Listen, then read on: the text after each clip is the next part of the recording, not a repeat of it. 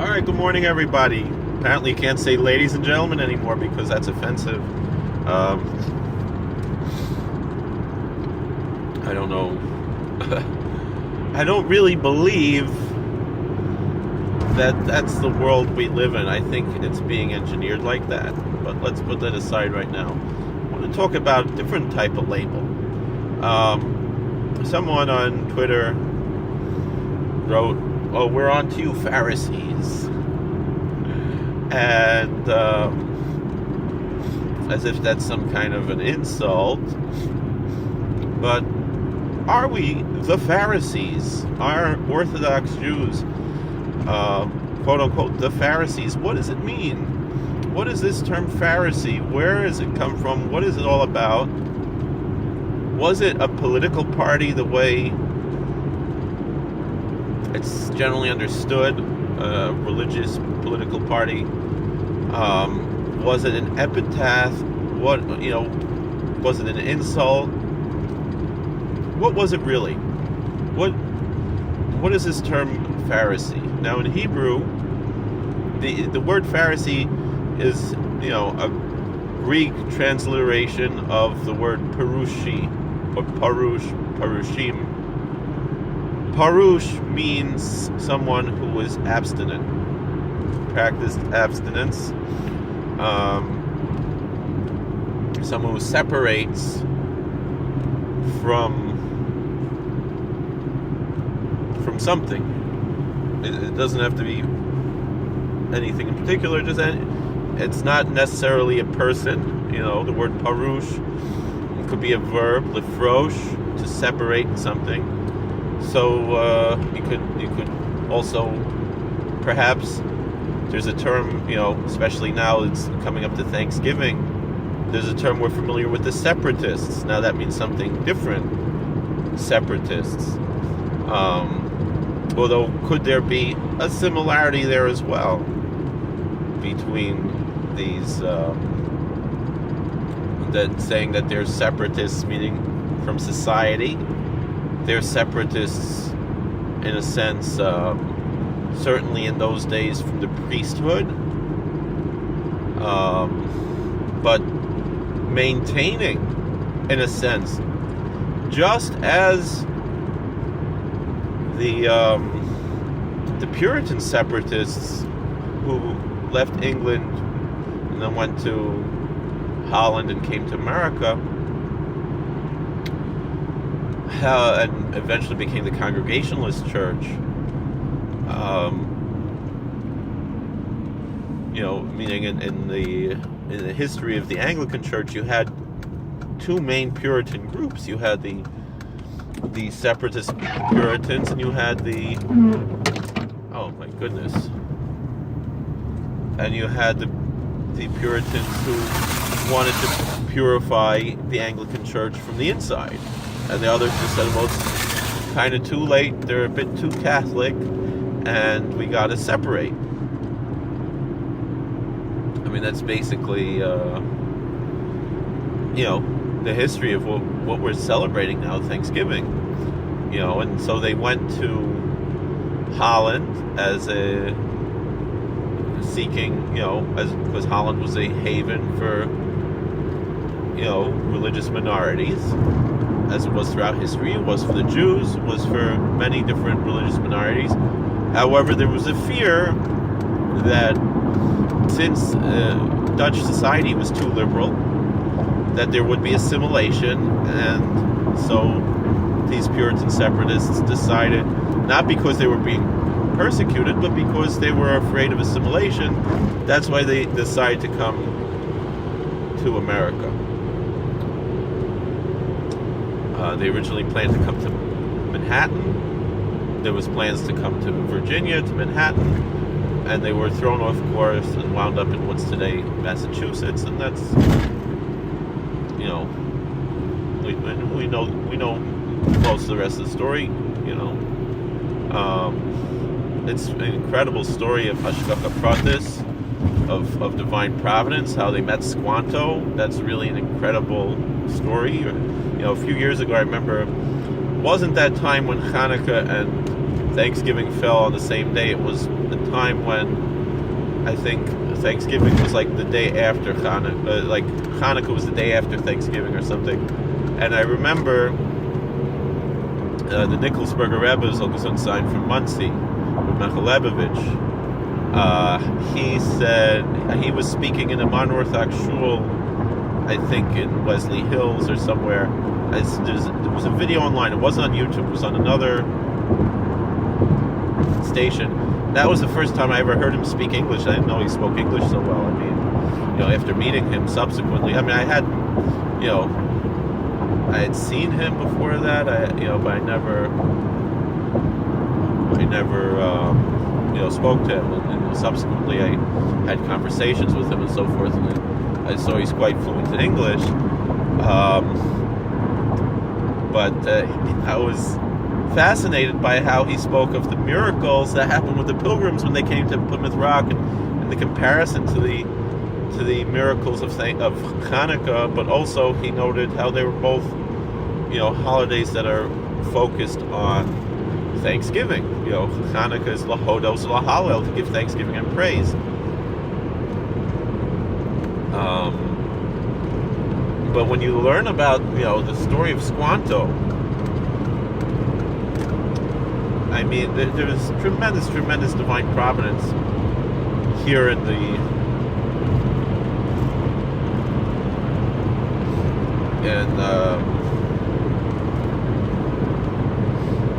the story of Thanksgiving.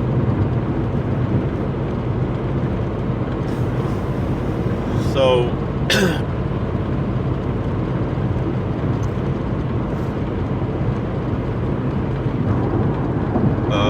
but in any event, it's interesting because for the most part the Jews in Holland became more assimilated and more liberal, even the Orthodox Jews, I mean, to the point where a rabbi who's considered pretty liberal by Haredi or even modern Orthodox standards today, even though he dresses in the Haredi garb,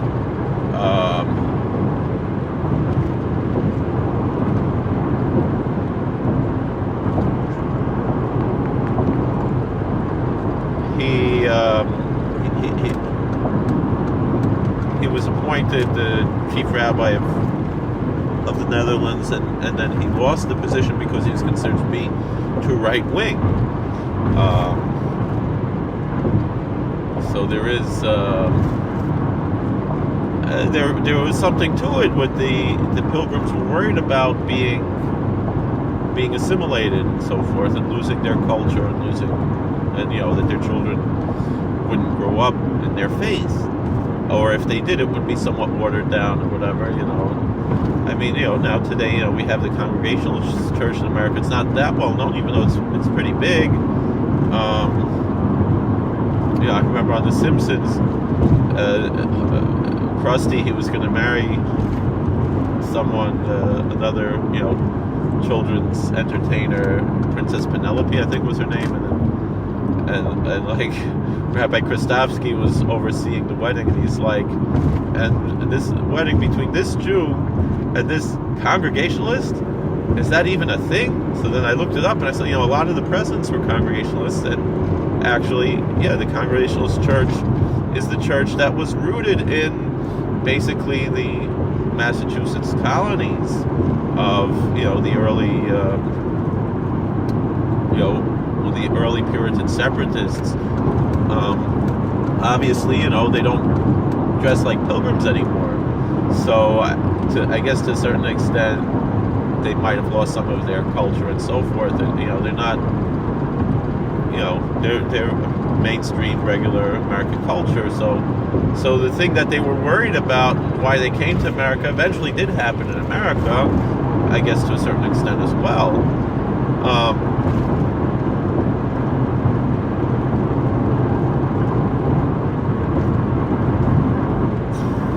But anyway,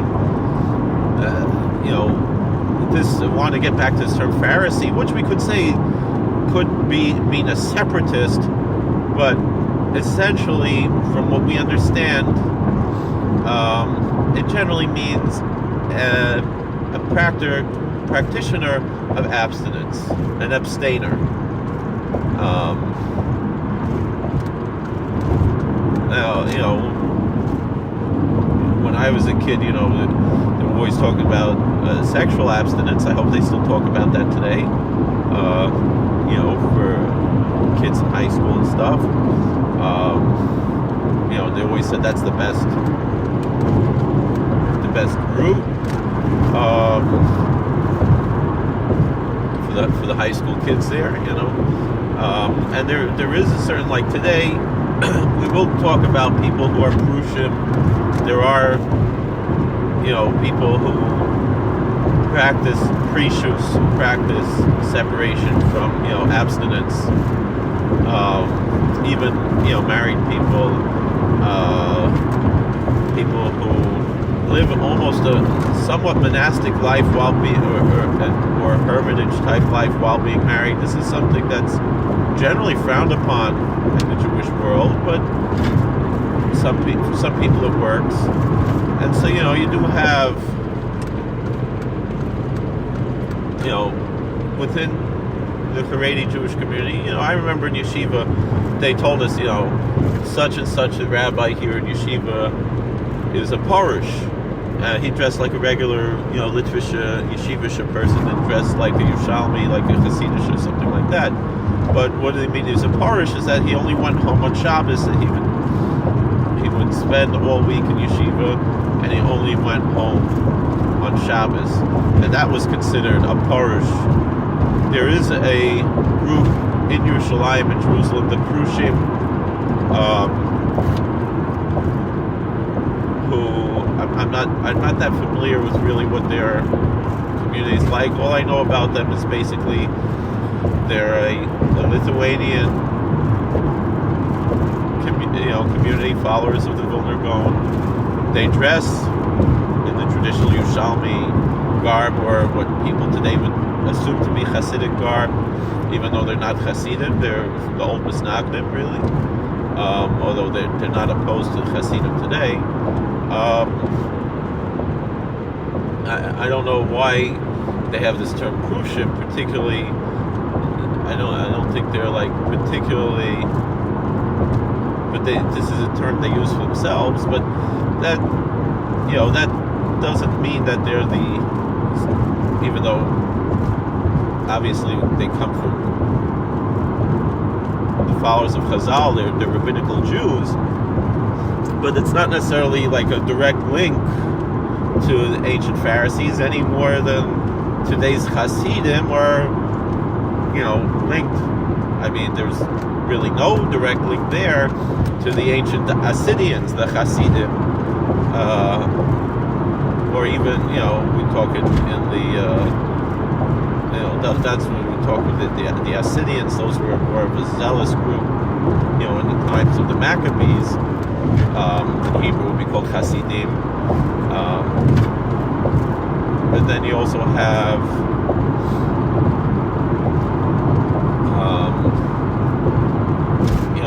Chazal talk about in the Mishnah and Brachos, the Hasidim Harishonim, and who exactly were these Hasidim Harishonim, the earlier pious saints?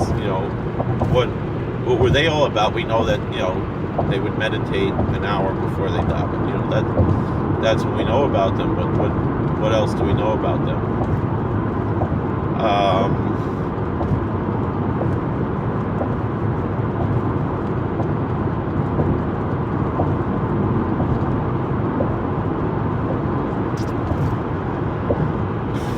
So this term Prushim, we do see it in Chazal. I mean, there are two main, quote-unquote source, books, one from our tradition, one from a different tradition, that really discuss this term, the Pharisees, the Prushim. And so in our Chazal, we do have this term Prushim, Pharisees, and of course, probably more well-known in the world would be the, in the Christian Bible, this term Pharisee. appears. People just assume that, you have the Pharisees and the Sadducees. The Pharisees were the rabbinical Jews, and the Sadducees were the sola scriptura Jews. And a lot of Christians assume also that, the Sadducees, since they were the sola scriptura types, and the Protestant movement, Luther pushed very much sola scriptura. So they have something in common between these Sadducees and the Christians, and that's why, even, today, the churches almost all celebrate Pentecost on Sunday as the Sadducees did, and so there should be some fellowship in a certain sense between the Sadducees and the Christians. But the fact of the matter is, it's more likely that Jesus was closer to the rabbinical establishment than he was to the Sadducees, and this is something people misunderstand, that they should really be familiar with the history about, because again, you read it like in books that the Christians call the Gospel of John. They'll talk about how the Sanhedrin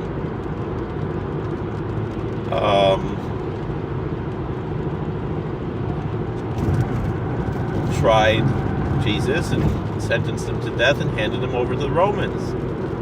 And so, the Sanhedrin, those must be the rabbis, right? Well, the fact of the matter is, the word Sanhedrin does not only mean the rabbinical court, because, as Chazal mentioned, the Mishnah in Rosh Hashanah, a few other places, mentioned in the Talmud, that the priests had their own courts. And also, there were cases where people were executed by Sadducees as well. This is something I mentioned in many videos before, but I think it's worth mentioning again. I remember in public school, I had a history teacher who he was a football coach and a Sunday school teacher in the Catholic Church, and he would always say, Jesus, he showed them Jews.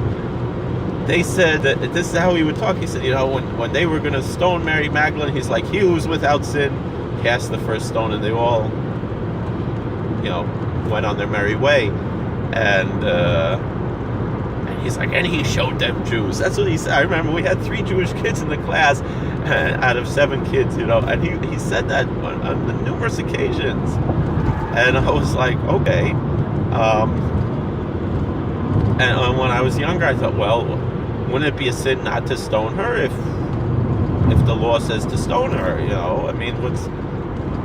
But then I realized something totally different after studying. And recently, even a few months ago, I remember seeing an article where Matt Walsh said, when Jesus said that he was, he was opposing the Pharisee establishment. It was not the Pharisees who were stoning this woman, whether or not it was Mary Magdalene.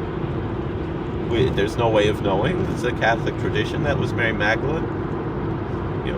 There is someone named Miriam Megadol Sayer, who is mentioned in the Gemara. So, Miriam the hairdresser, Megadel means to grow, growing the hair. She was a hairdresser. That could be where this name Mary Magdalene came from.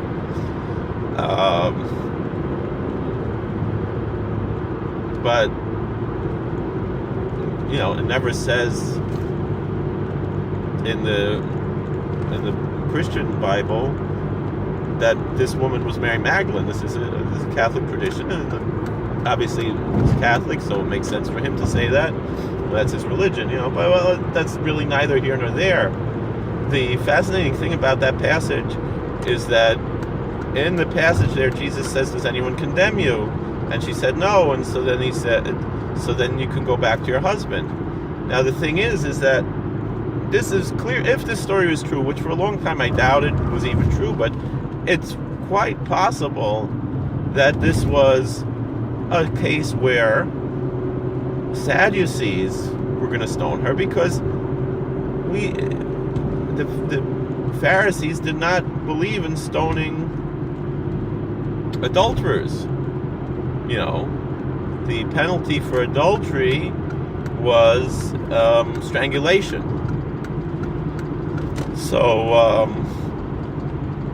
you didn't have. They weren't stoning.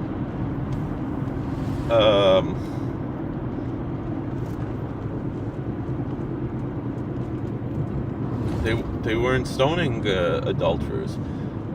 So who would have been? And the thing is how did the quote-unquote Pharisees, how did the rabbinical Jews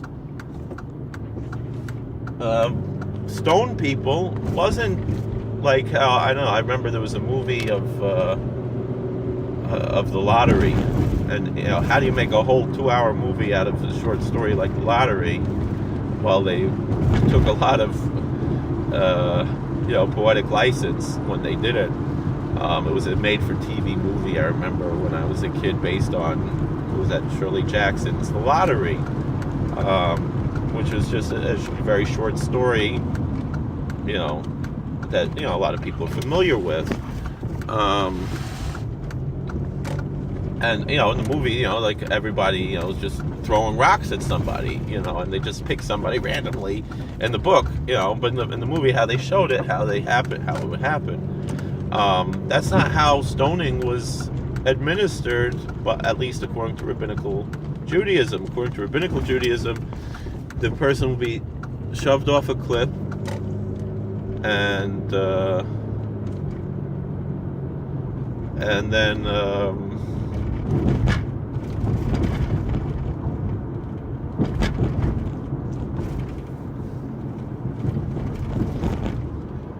and that's how they would